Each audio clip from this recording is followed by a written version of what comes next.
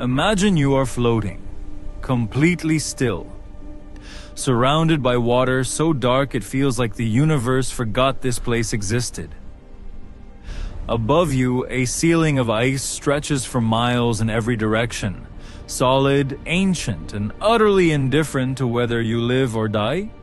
There is no sunlight here. There is no surface. There is no way out. And somewhere, deep beneath you, in water that has never once touched the sky, something is moving. You don't know what it is. You don't know how big it is. But you know one thing with absolute certainty: you were never supposed to be here. From space, Europa looks almost peaceful. It's one of Jupiter's moons, a smooth, pale sphere, glowing faintly like a cracked porcelain marble drifting through the dark. Scientists call it one of the most promising places in the entire solar system to find life.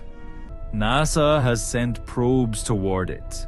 Engineers have spent decades designing submarines to explore it. There are people alive right now who genuinely believe Europa might be the most important object humanity has ever laid eyes on. And honestly, looking at it from a distance, you understand why. The surface is a canvas of intersecting lines, rust-red streaks cutting across white ice, ancient fractures sealed by refreezing ocean water pushed up from below. It's alien, yes, but it's beautiful. It looks like somewhere worth going. But here's the problem. The moment you stop looking at Europa from a safe distance, the moment you actually go there, beauty stops being the right word. Because Europa isn't peaceful. It isn't promising. Europa is a machine designed at every layer to kill you, and it starts before you even get close. You're descending toward Europa, and Jupiter fills your entire field of vision. Most people picture Jupiter as this gorgeous swirling giant, the great red spot, the pastel bands, the kind of planet you'd put on a poster. What they don't picture is the radiation. Jupiter sits at the center of the most violent magnetic field in the solar system outside the sun itself. It generates a radiation belt so intense, so vast, so catastrophically energetic that it makes Earth's Van Allen belts look like a light drizzle. Europa orbits directly inside that belt. The radiation dosage on Europa's surface hits approximately 5,400 millisieverts per day. For context, a single CT scan is about 10 millisieverts.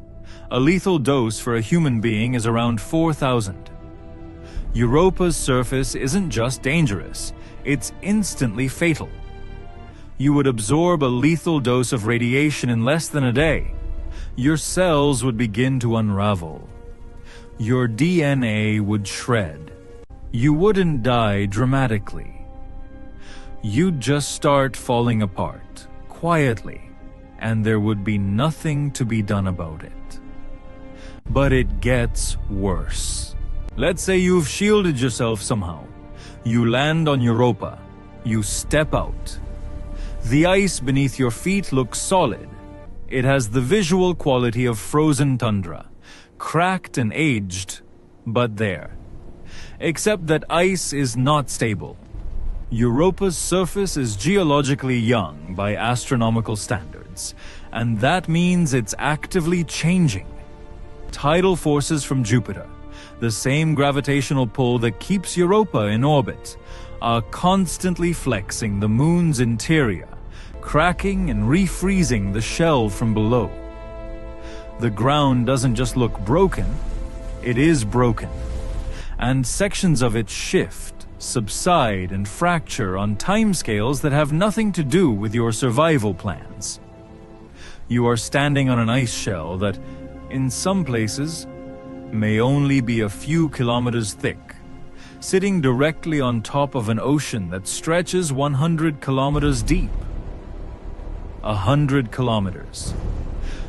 For comparison, the Mariana Trench, the deepest point in Earth's entire ocean, is barely 11 kilometers.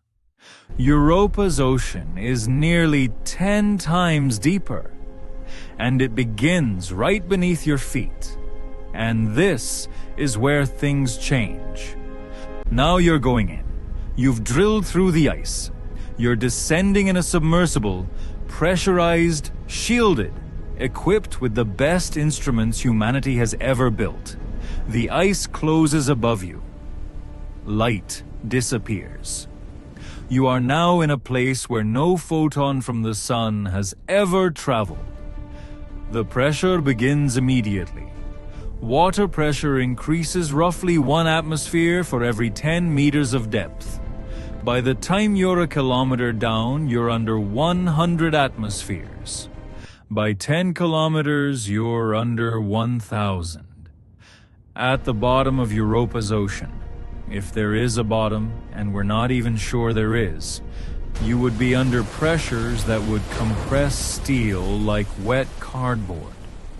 Your submersible would need to be engineered beyond anything we currently know how to build. One failure in the hull, one hairline crack, one seal that gives, and the water doesn't flood in slowly. It detonates inward. You wouldn't drown. You'd simply cease to exist as anything recognizable. But that's not even the worst part. Here's what keeps scientists awake at night about Europa. What keeps the ocean liquid? Europa is 628 million kilometers from the sun. Out there, water should be frozen solid all the way through. And yet it isn't. Because Jupiter's gravity never stops squeezing the moon. That same tidal flexing that breaks the surface creates tidal heating deep in the interior. Which means somewhere at the bottom of this ocean, there is heat. Hydrothermal vents, possibly.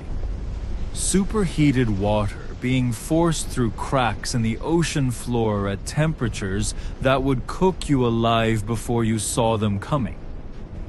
This is where it gets philosophically terrifying, because hydrothermal vents on Earth are where life began. They are chemically rich, energetically violent, and full of the exact ingredients biology needs. So whatever is living in Europa's ocean, and we genuinely do not know what is living in Europa's ocean, it evolved next to fire at the bottom of a frozen world. It was forged in darkness, under crushing pressure, in superheated water that has never once been touched by sunlight. And you're descending toward it. Here's the part where science runs out of answers. We have never been to Europa's ocean, not once. Not even close. The Galileo probe orbited Jupiter and gave us our best data. But it never went in. The Europa Clipper mission launched in 2024, and it won't even attempt to land.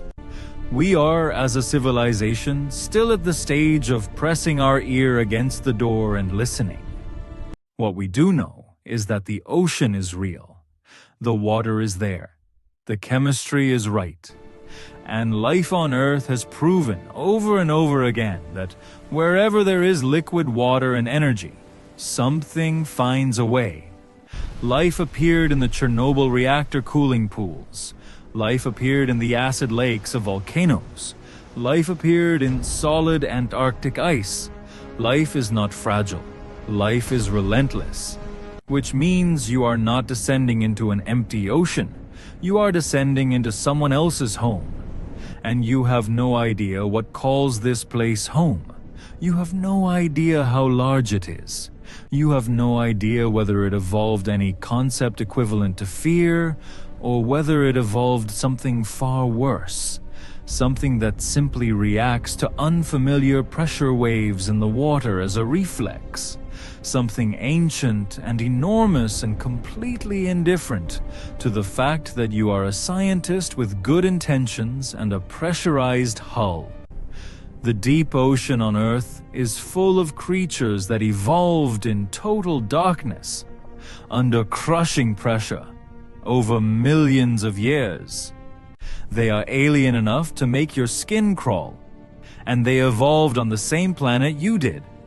Europa's ocean has been sealed and isolated for potentially 1 billion years, with no outside influence whatsoever. There is no scenario here that ends comfortably. Your lights are on. They reach maybe 20 meters in every direction. Beyond that, nothing. Pure, absolute black.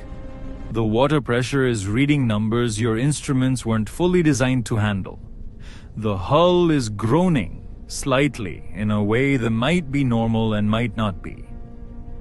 The temperature sensors are detecting something warm below you, something significantly warm.